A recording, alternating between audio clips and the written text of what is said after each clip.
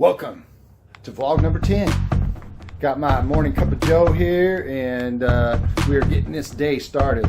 Got a busy day ahead of us, but that does include some riding.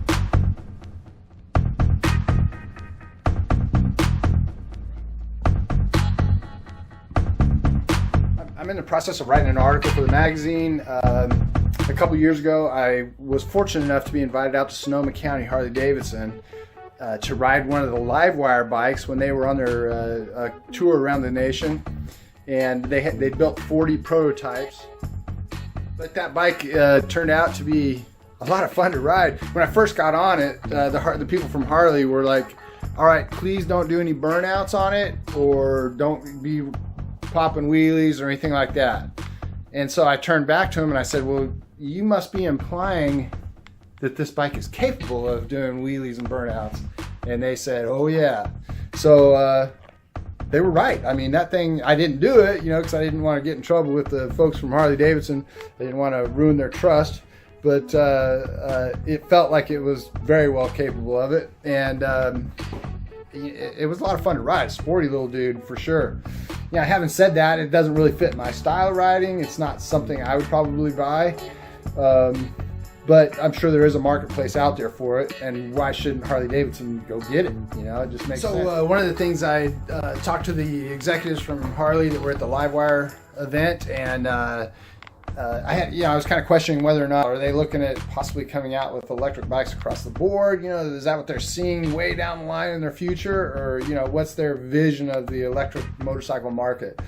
And they reassured me that they're still laser focused on their core customer base. This move towards the electric bike is strictly a move to gain a whole new segment of potential riders that they don't currently have. So that makes total sense. Probably geared more towards the millennial crowd, and I think they're more apt to be interested in a bike like that age group. After that Livewire experience, I hadn't heard anything back, so it's been 2 years, nothing from Harley-Davidson. I was kind of thinking that Harley-Davidson had kind of scrapped the whole idea of coming out with an electric bike at this point. But here we are. Now I'm hearing rumors that within the next 18 months to 5 years, Harley-Davidson is going to have an electric bike out on the market. So that's pretty interesting to me, and I'd like to hear what you guys think too. We still don't know what it's going to look like or anything like that. I do know the prototype had like a range of 60 miles per charge, which I didn't think was sufficient, and I let them know that at the time. But I'm hearing the production model will be at least double that. So that, you're looking 120 miles per charge. That's not too bad, especially for a bike that's probably geared more as a commuter bike than anything else, around town type of riding. Make an awesome little lane splitter, I gotta say. The common thread that I kept running into while I was scouring the internet was a lot of Harley fans, a lot of hardcore Harley riders were really bagging on Harley right now, and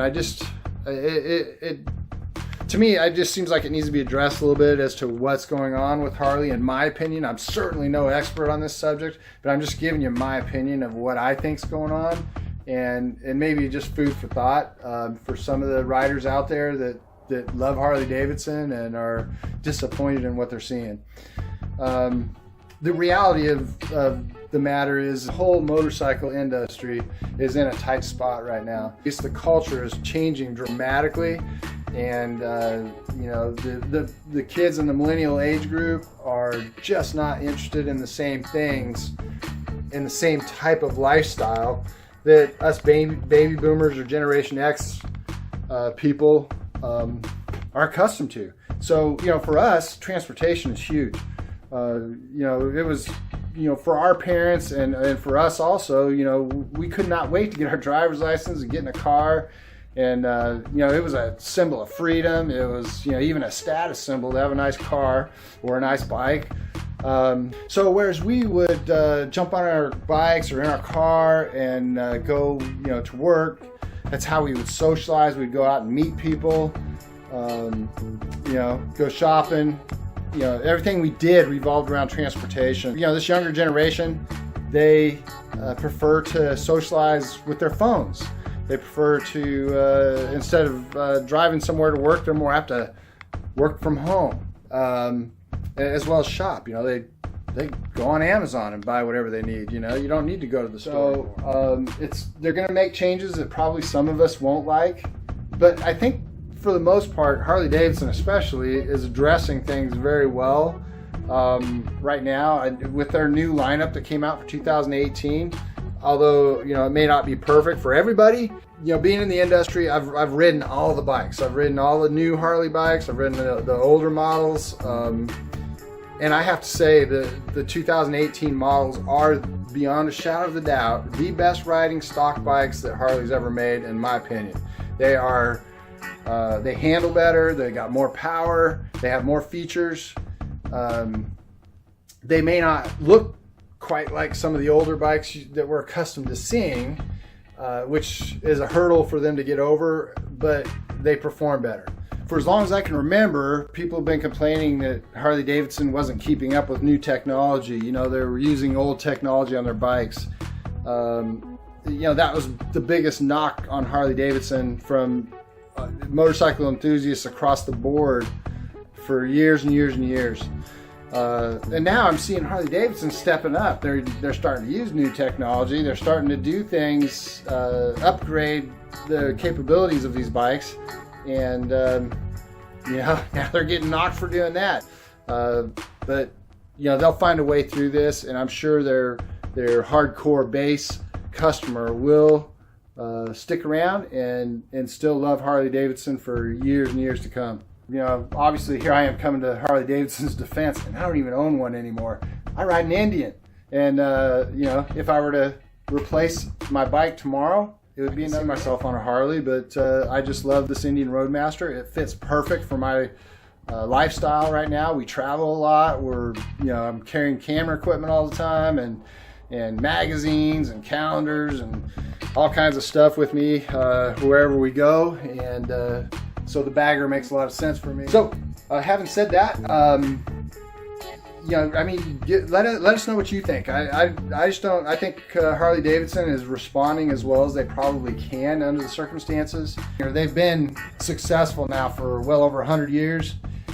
I think they have the best chance of any manufacturer in the industry of getting it right. You know, the older part of the baby boomer generation is not going to be buying bikes. I mean, let's just face it. And Harley-Davidson understands that probably better than anybody, and they've got to reach a new market. And you know, I know that with the new bikes that they came out, the Dyna guys were really upset, and I get it. I totally understand when you have a platform that you love and you're accustomed to. It's really hard to lose it, and I totally understand. It's very upsetting, but I think as time goes on and as more people start riding the newer bikes, we're going to see guys out stunting on the new platform as well, and it all remains to be seen. Comment, give us your thoughts. Like I said, I'm no expert in this subject.